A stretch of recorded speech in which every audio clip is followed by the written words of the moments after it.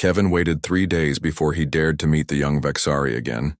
He found a gap in the fence behind the education center where the alien sensors had failed. The small clearing in the woods had become his secret place, somewhere to escape. The constant watching. "I thought you would not return," said a voice behind him. Kevin jumped and turned to see the Vaxari youth. Up close, he looked different from the adult soldiers. His skin was lighter, almost blue instead of gray, and his 3 eyes seemed larger, more curious. "You speak our language," Kevin said, surprised by how normal the voice sounded without the usual mechanical translation. "I learn it properly, not like the adults who use machines." The young alien stepped closer. "My name is Zextal." Kevin hesitated. His father had warned him never to give his name to any Vaxari, but something about Zextal felt different. "I'm Kevin." Zextal's upper eye blinked. "Why do you come here alone?" "Kevin? It is not permitted." "Why did you follow me if it's not permitted?" The alien made a sound that might have been a laugh.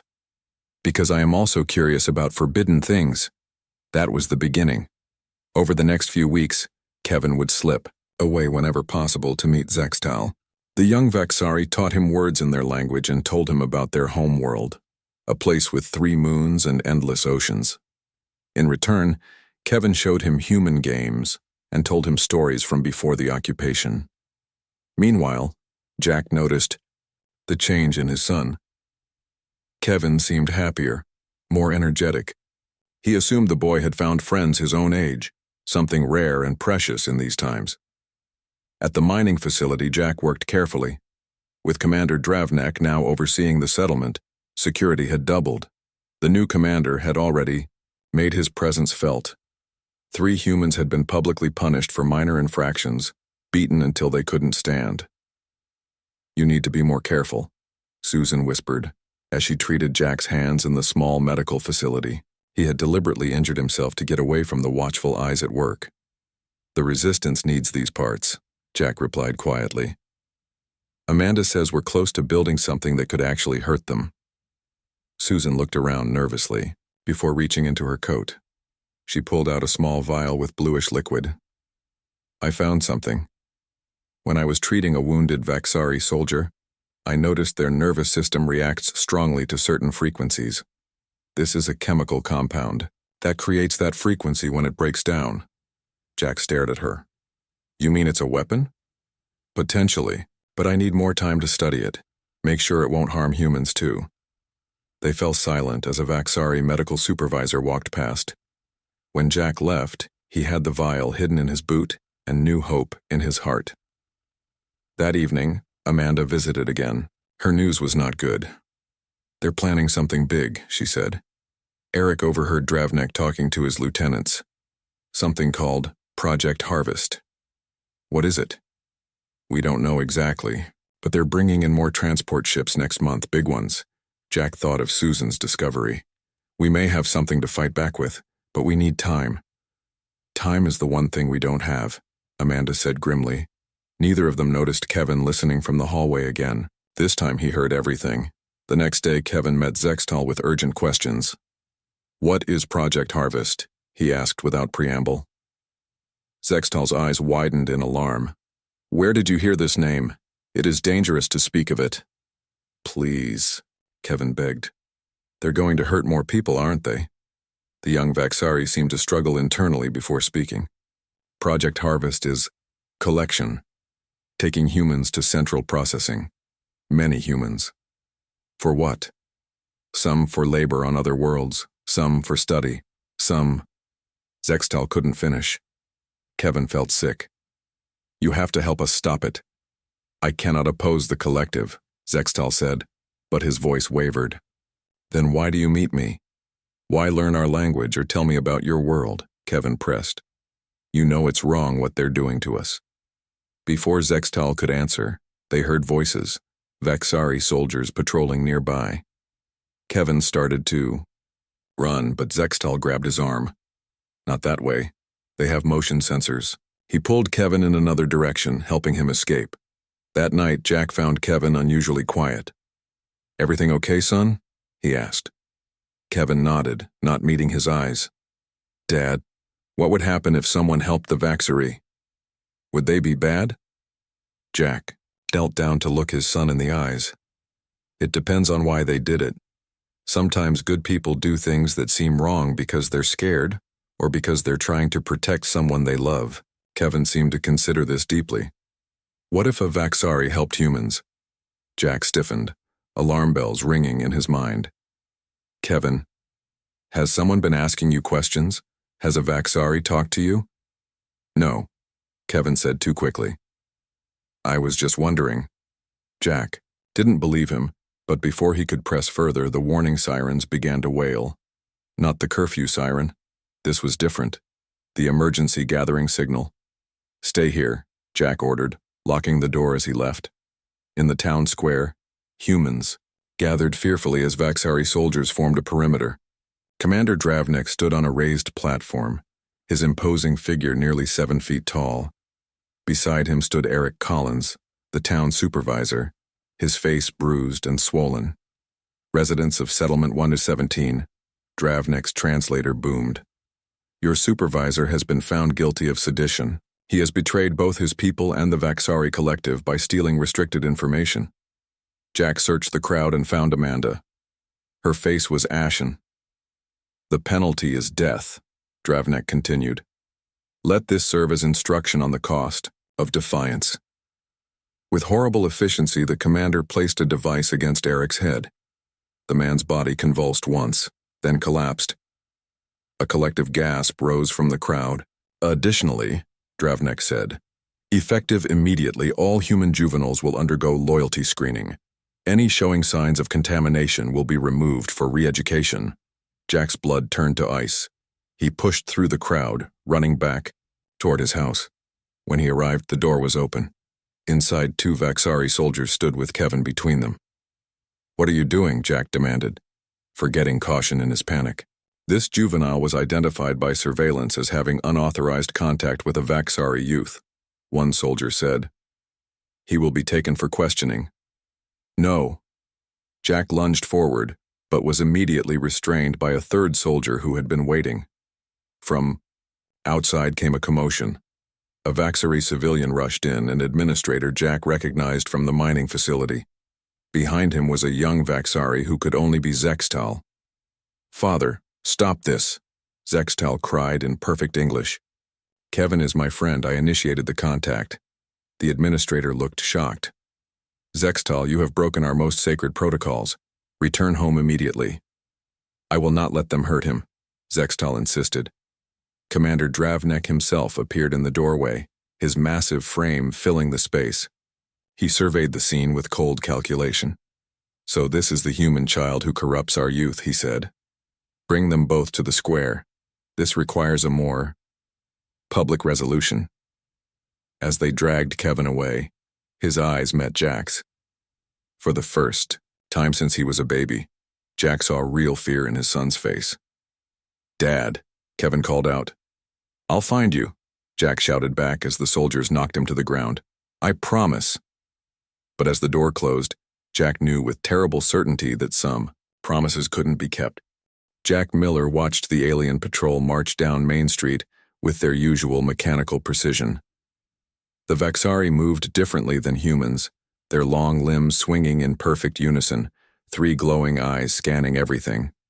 Even after 18 years of occupation, the sight still made his stomach tighten. Dad, they're coming this way, Kevin whispered, his small hand gripping Jack's worn jacket. Eyes down, son, Jack murmured, gently guiding his 8-year-old boy to look at the cracked sidewalk. Remember what I taught you? They stood motionless as the patrol passed. One of the Vaxari soldiers paused, its breathing apparatus making a clicking sound as it studied them. Jack felt Kevin tremble but was proud when the boy didn't look up. After what seemed like forever, the soldier moved on. Good job, Jack said, once they were alone again. Let's get your medicine and go home before curfew. The town that was once called Lakeside, Minnesota, now bore the designation Human Settlement 1-17. The old pharmacy sign had been replaced with Vaxari symbols and an English translation, Medical Supply Distribution. Inside, Susan Ward was arguing with the alien supervisor. This isn't enough insulin, Susan said, her voice firm despite her obvious fear. 3 people will die without proper doses. The Vaxari supervisor's translator device emitted a flat voice. Resource allocation is determined by productivity metrics. Settlement 117's mining output decreased by 12% last cycle. Jack stepped forward. Dr. Ward, is there a problem? Susan turned, relief flashing in her eyes when she saw Jack. As the settlement's head doctor, she fought daily battles for basic supplies. Mr. Miller, she nodded, just explaining to our friends that sick miners can't meet quotas. The Vaxari supervisor's upper membrane fluttered, a sign of irritation Jack had learned to recognize. Engineer Miller, your maintenance record is acceptable. Perhaps you should focus on equipment efficiency rather than medical concerns. Jack forced himself to bow slightly. Of course. The doctor was just helping with my son's asthma medication. The alien studied Kevin, who stood perfectly still. After a moment, it pressed something on its wrist device. Additional bronchial solution approved. 1 unit. The boy should improve his physical conditioning. Thank you, Jack said, the words bitter in his mouth. Your generosity helps us serve the Vaxari better. Once outside with Kevin's medicine, secured, they hurried through the failing light. The streets emptied quickly as curfew approached. They passed the town square where the punishment post stood, metal columns where humans were bound for public discipline. Jack instinctively pulled Kevin closer. Dad, Kevin whispered, why do they hate us? Jack considered his words carefully. Sensor drones often hovered overhead recording conversations. They don't hate us, son. They just see us differently, like how we used to treat. He searched for an example a child would understand. Like farm animals. Useful but not equal. Kevin frowned, processing this. But I'm not an animal. No, you're not, Jack said softly. Never forget that. They reached their small house just as the curfew siren began its wail. Their home, like all human dwellings now, bore a Vaxari identification code on the door and was subject to random searches. Inside, Jack locked the 3 required bolts and pulled the blackout curtains closed. Kevin took his medicine and then pulled out his secret treasure, a small book of preoccupation photos showing Earth's cities, mountains, and oceans, without Vaxari architecture dominating the skylines. Can I go to Billy's house tomorrow? Kevin asked, flipping through the forbidden pages. His dad found an old video game. Maybe. If your chores are done and there's no extra work shift. Jack began preparing their dinner, a bland protein paste supplemented with vegetables from their small garden. The Vaxari allowed gardens as they improved human health with minimal resource cost. A soft knock at the back door made them both freeze. Jack motioned for Kevin to hide the book and went to check the security peephole. He relaxed slightly when he saw Amanda Porter's face and opened the door quickly. You shouldn't be out after curfew, he said as she slipped inside. Amanda's face was tense. At 35, she looked much older, her hair already gray. Few knew she led the local resistance cell. I had to come, there's news. Jack glanced at Kevin. Son, go to your room for a bit. But Dad, now please. When Kevin had gone, Amanda spoke in a near whisper. Eric Collins was questioned today, 3 hours with the mine probes. Jack felt cold. Eric was the town supervisor, the official human liaison with the Vaxari. Did he break? I don't think so, but he looked terrible afterward. They're getting suspicious about the missing electronics. Jack had been quietly collecting components for months, smuggling tiny pieces from the mining facility where he maintained equipment. I'll slow down. We can't risk everything yet. Amanda shook her head. Actually, we need to speed up. Word from Settlement 89 is they've successfully jammed Vaxari communications. It only worked for 3 minutes, but it's a start. Hope flared in Jack's chest before caution tamped it down. How reliable is this information? Very. And there's more. Amanda leaned closer. A new commander is coming. Someone called Dravnek. Apparently he specializes in crushing dissent. Jack's mouth went dry. When? 2 days. They're already preparing the administration building. A small noise made them both turn. Kevin stood in the hallway. Kevin, I told you, there was a drone, Kevin said. Outside my window, looking in. Jack and Amanda exchanged alarmed glances. Jack rushed to Kevin's room and checked the window. Nothing visible now, but that meant nothing. How long was it there? Did it make any recording sounds? Kevin shook his head. It just hovered for a minute, then flew away when I saw it. Amanda was already heading for the door. I should go. Be careful, Jack. Watch what you say for the next few days. After she left, Jack sat with Kevin until bedtime, telling him sanitized stories about life before the Vexari came. As he tucked his son in, Kevin asked the question he often did. Dad, will they ever leave? Usually Jack gave a non-committal answer. Tonight something made him speak differently. Someday, Kevin. And maybe sooner than they think. The next morning, Jack walked Kevin to the education center where human children learned Vaxari language and basic skills. As they approached, Jack noticed something unusual. A Vaxari youth standing apart from the other aliens watching the human children arrive. That one's different, Kevin whispered. He doesn't have the soldier markings. Must be an administrator's child, Jack said. Remember, eyes down, speak only when spoken to, Kevin recited. I know, Dad. Jack watched his son walk into the building, a weight in his chest. Every day he sent Kevin into danger. And every night he thanked whatever gods might exist when his boy came home safe. What he didn't see was Kevin glancing back at the young Vaxari, or the slight nod exchanged between them. The beginning of a secret that would change everything. The town square had never been so crowded. Every human in Settlement 117 was forced to attend. Jack stood in the front row, held in place by two Vaxari guards. His eyes never left Kevin, who stood small and terrified on the platform next to Commander. Dravnik Zextal was there too, restrained by his own people, his father watching with a mixture of shame and anger. Today we address 2 violations, Dravnik announced, his translator making his voice echo across the square. A human child who sought to corrupt a Vaxari youth, and a Vaxari who forgot the natural order. He's just a child, Susan Ward shouted. From somewhere in the crowd, Dravnik turned his 3 eyes toward her voice.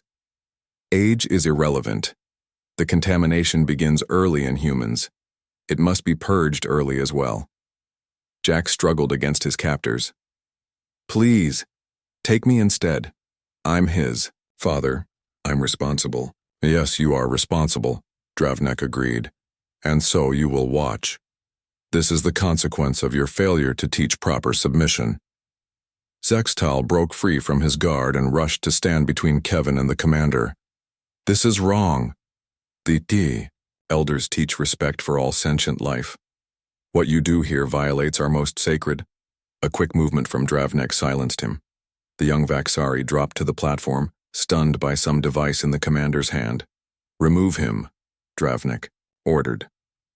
He will undergo purification treatment. As they dragged Zextal away, Kevin found his courage. He's right. You're the ones who are wrong. Humans aren't animals. The crowd gasped. No child had ever dared speak to a Vaxari commander this way. Dravnik studied Kevin with something almost like curiosity. Interesting. Your species shows defiance even when it clearly leads to your destruction. This is why you must be controlled. He turned to address the crowd again. Let this serve as the final lesson. After today there will be no more warnings. Jack saw the device in Dravnik's hand move toward Kevin. No, he screamed, breaking, free with strength born of desperation. He made it 3 steps before the guards caught him again, forcing him to his knees. Susan pushed through the crowd. He needs medical attention. At least let me. A Vaxari soldier struck her across the face, sending her sprawling. Kevin looked at his father one last time. His face showed fear, but also something else, a fierce pride that he had stood up, that he had not been broken. Dad, he said, just loud enough for Jack to hear. It's okay. The device touched Kevin's temple. There was no sound, no visible wound. The boy simply collapsed, his small body crumpling to the platform floor. A terrible silence fell over the square. Even the Vaxari soldiers seemed stunned by the execution of a child. Dravnik's voice cut through the silence. Disposal team, remove the body. All humans return to your dwellings for mandatory reflection period. Further gatherings are prohibited. The guards released Jack, who crawled forward and pulled Kevin's lifeless body into his arms before anyone could stop him. No one moved to intervene as he cradled his son, rocking back and forth in silent agony. Susan recovered and came to kneel beside him. Her hands moved automatically to check for signs of life, though she knew there would be none. Tears streamed down her face as she gently closed Kevin's eyes. "Jack," she whispered, "we need to take him home." Jack didn't seem to hear her. He just held his son tighter. The Vaxari began forcing the other humans away, clearing the square. Amanda appeared at Jack's side. "Let us help you," she said softly. "Please." Together, she and Susan helped Jack to his feet. He carried Kevin's body himself, refusing to let anyone else touch him. The Vaxari guards watched but did not interfere as the small procession left the square. Word spread quickly through the settlement. By evening, despite the prohibition against gatherings, humans were arriving at Jack's house one by one, bringing food, candles, small tokens of remembrance. The Vaxari patrols increased, but did not stop the silent visitors. Jack sat beside his son's body, which Susan had carefully prepared and wrapped in the cleanest blanket they could find. He hadn't spoken a word since the square. Amanda organized the visitors, keeping watch for patrols, sending people home before curfew. When the house was finally empty except for her and Susan, she approached Jack. "We're going to fight back," she said. "Not just our cell, every settlement. Word of what happened today is spreading already." Jack looked up, his eyes hollow. "How?" "They have everything. Weapons, ships, technology we can't match." Susan sat across from him. "Maybe not, Jack. Remember what I showed you? The compound that affects their nervous system?" She pulled out more vials of the blue liquid. "I've been testing it. It works as a sonic disruptor when properly activated." For the first time, a spark of something showed in Jack's empty eyes. "Show me." 3 days later, they buried Kevin in a small ceremony attended by the entire community. No one spoke for fear of surveillance, but every person present placed a hand on Jack's shoulder as they passed by the grave. That night, Jack sat alone, in Kevin's room, holding his son's book of Earth photographs. A soft knock at the window startled him. He pulled back the curtain to find Zexatal hovering outside, using some kind of personal flight device. Jack's first instinct was rage. He wanted to blame this alien youth for his son's death, but something in Zexatal's eyes, all three of them filled with what could only be described as grief, stopped him. He opened the window. "You shouldn't be here. They'll kill you too." "I escaped purification," Zexatal said, his voice hoarse. "I came to tell you I'm sorry, and to give you this." He handed Jack a small data crystal. It contains security codes, patrol schedules, and blueprints of the command center. Jack stared at the crystal. "Why would you help us now?" "Because Kevin was right," Zexatal said simply. "What my people are doing is wrong, and because he was my friend." He looked past Jack to the empty room. "The only real friend I ever had." Jack pocketed the crystal. "They'll be looking for you." "Yes, I cannot go home again." Zexatal began to pull away from the window. "There are others like me who question what we have become. Not many, but some. We will help when the time comes." "What time?" "When you fight back," Zexatal said. Kevin believed humans would never stay slaves forever. I believe it too. After the young Vaxari disappeared into the night, Jack sat looking at the crystal in his hand. Then he went to his workbench and pulled out the components he'd been collecting, along with Susan's vials of blue liquid. By morning, he had built the first prototype of what would later be called a grief singer, a small device that emitted the specific frequency that disrupted Vaxari neural pathways. As the sun rose, Jack Miller looked at his creation and thought of his son's brave final words. It was time to show the Vaxari that humans did not rule by fear alone. They ruled by love too, and the loss of it could ignite fires that would burn across worlds. 1 month after Kevin's death, Settlement 117 had changed. The humans moved differently now, with purpose hidden beneath their show of submission. Underground, In basements and abandoned tunnels, they prepared. Jack had not returned to work at the mining facility. The Vaxari marked him as unstable after his son's death and left him alone, a mistake they would soon regret. In the hidden workshop beneath his house, Jack worked day and night building more grief singers, each one smaller and more powerful than the last. "We have 12 now," Amanda said, inspecting the latest device. 20 resistance members crowded into the secret room, their faces lit by dim emergency lights. "The question is how to use them." Susan stepped forward. She had become harder in the past month, her doctor's compassion now tempered with cold determination. "We've made contact with 6 other settlements. They're all waiting for our signal." Jack pointed to a crude map spread on the table. "According to Zextal's information, the command center controls all Vaxari communications within 500 miles. If we take it out, their forces will be isolated, unable to coordinate." "But the center is heavily guarded," someone pointed out.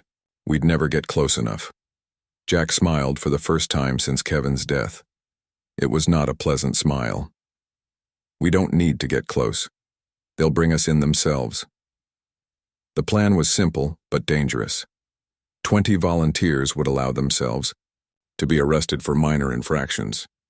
The Vaxari would take them to the command center for processing, standard procedure under Dravnek's new strict rules. Each volunteer would carry a small grief singer hidden in their clothing, designed to pass through the Vaxari scanners. "Once inside," Jack explained, "we activate them simultaneously. The effect should incapacitate every Vaxari in the building." "What about the human collaborators?" someone asked. Jack's eyes hardened. They made their choice. The next day, the arrests began. One by one, resistance members committed calculated violations, missing work shifts, being found outside, permitted, zones possessing forbidden items. By evening, 17 had been taken away. Jack was among the last to be arrested. He stood at his son's grave waiting for the patrol he knew would come. When the Vaxari soldiers arrived, he didn't resist. "Jack Miller," the lead soldier said, "you are in violation of morning time restrictions." Jack held out his hands for the restraints. "I know."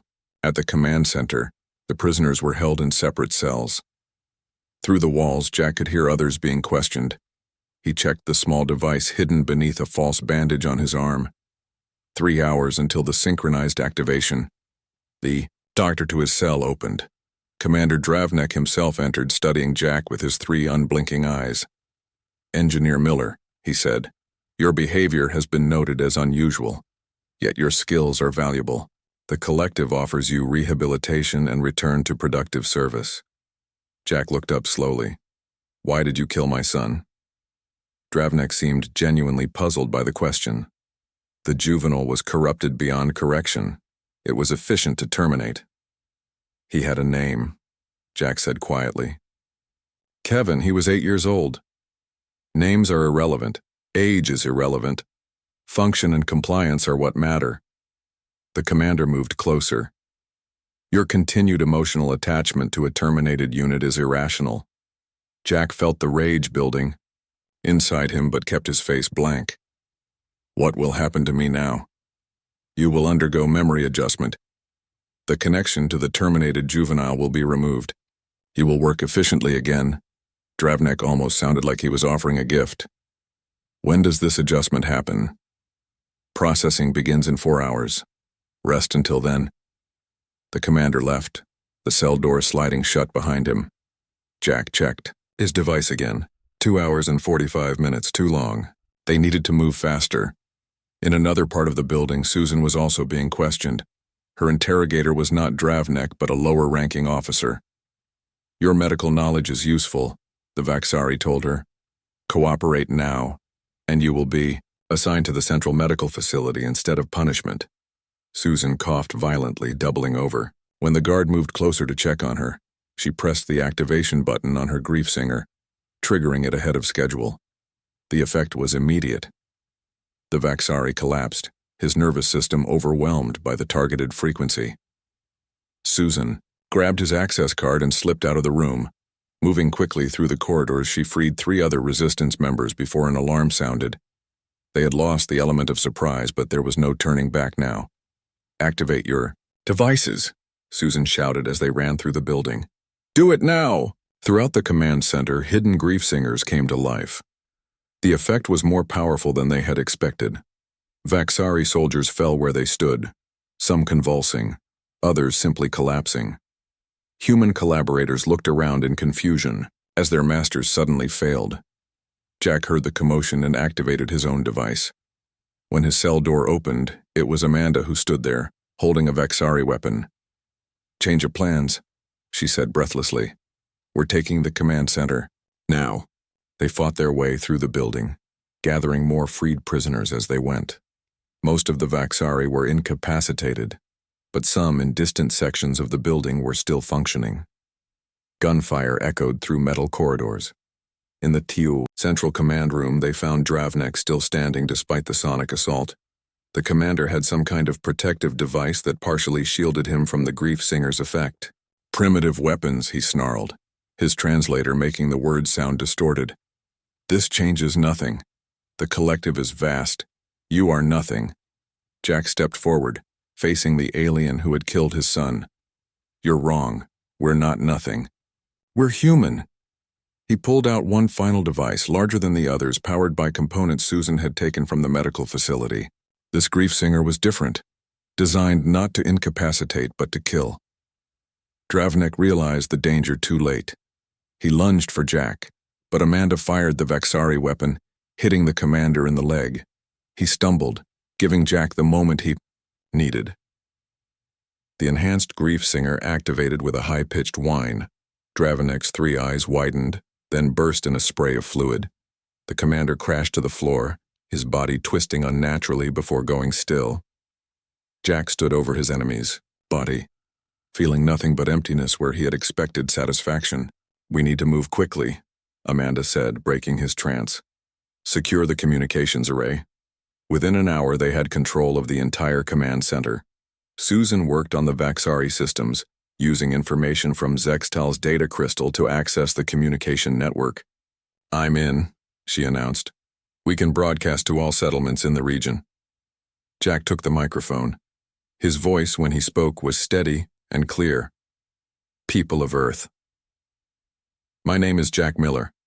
Today, humans have taken control of a Vaxari command center. My son Kevin was executed 1 month ago for befriending a young Vaxari. He believed our species could be more than slaves. He was right." He paused, looking around at the humans who now stood tall, no longer cowering. "This is not just a rebellion. This is a war. And for the first time, we have weapons that work. Spread the word. Build the devices. The time has come to take back our world." As he finished speaking, reports began coming in from other settlements.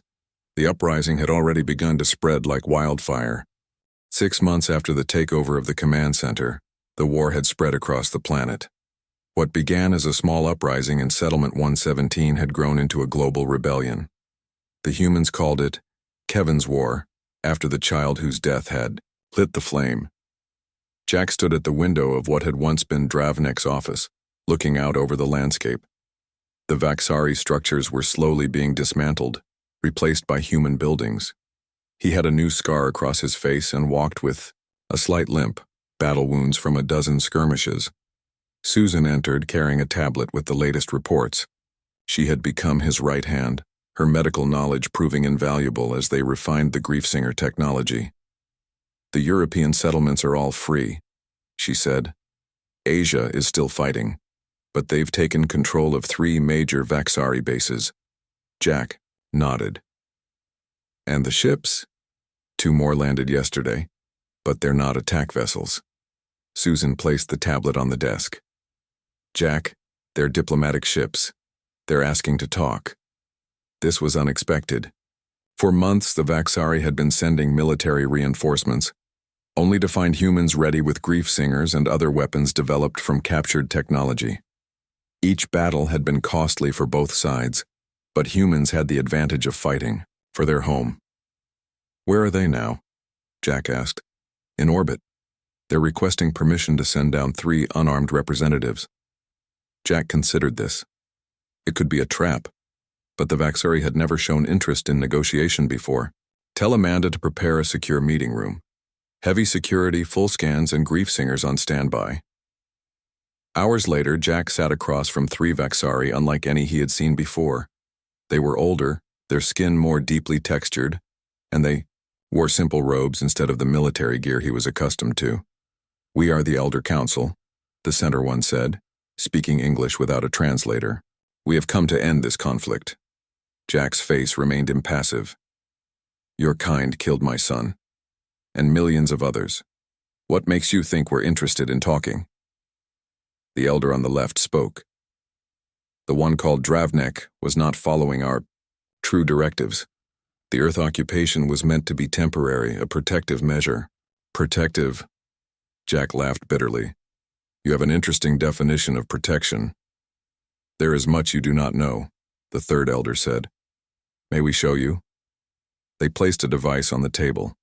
It projected a 3-dimensional image of space, showing Earth and then zooming out to reveal thousands of stars. 20 Earth years ago, our long-range sensors detected a threat approaching your solar system, a species we call the harvesters. They consume all life on planets they visit, leaving nothing behind.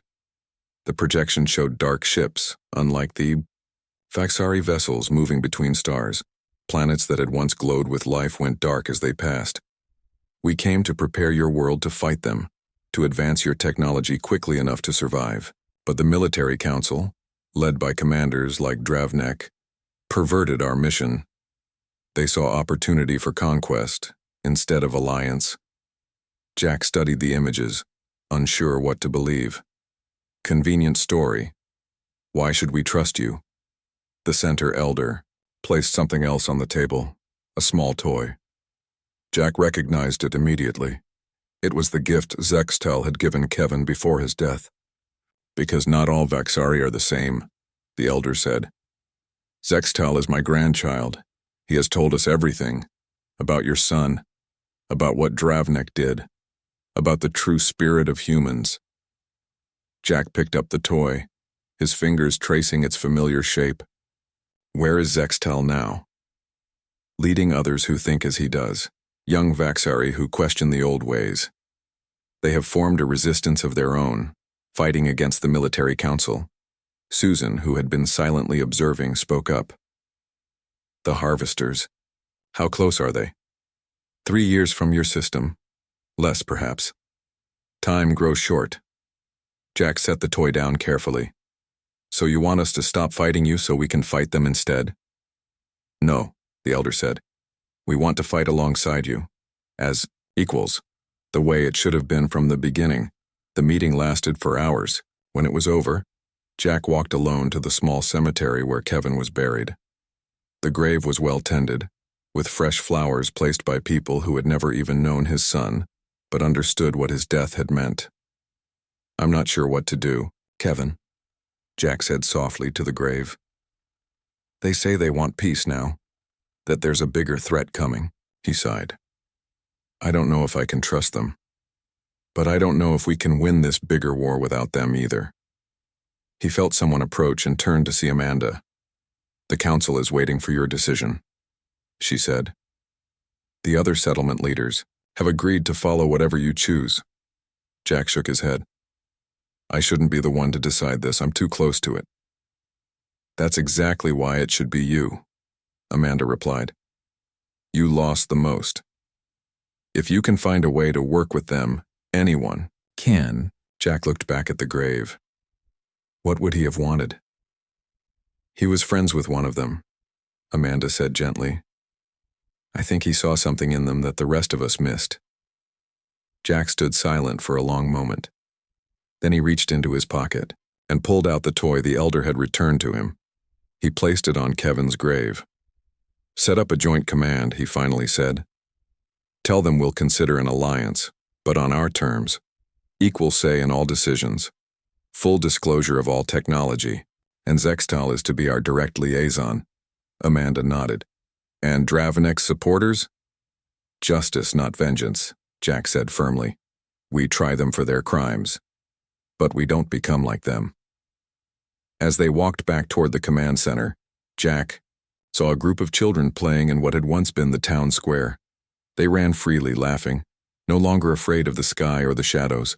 One of them waved to him, and he waved back. 6 months ago, he had been a broken man with nothing left to lose. Now he was helping to build something new, a world where his son's death had meaning. A world where humans and Vaxari might someday stand together against a common enemy. That night, Jack sat at his desk writing in a journal, something he had started doing to preserve Kevin's memory. He wrote about the meeting with the elders, about the coming threat, about his doubts and hopes. On the final page, he wrote words not for himself but for the future. They ruled us by fear for 20 years. They thought it made them strong. But they never understood what truly makes humans dangerous. Not our weapons, not our numbers, not even our will to survive. What makes us dangerous is our capacity to love so deeply that when that love is taken from us, the fire it creates can burn across the stars. Kevin, my son, wherever you are now, that fire you started is still burning, and it's lighting our way home. He closed the journal and looked out the window at the stars. Somewhere out there, a new threat was coming. But this time Earth would not face it alone. This time they would be ready.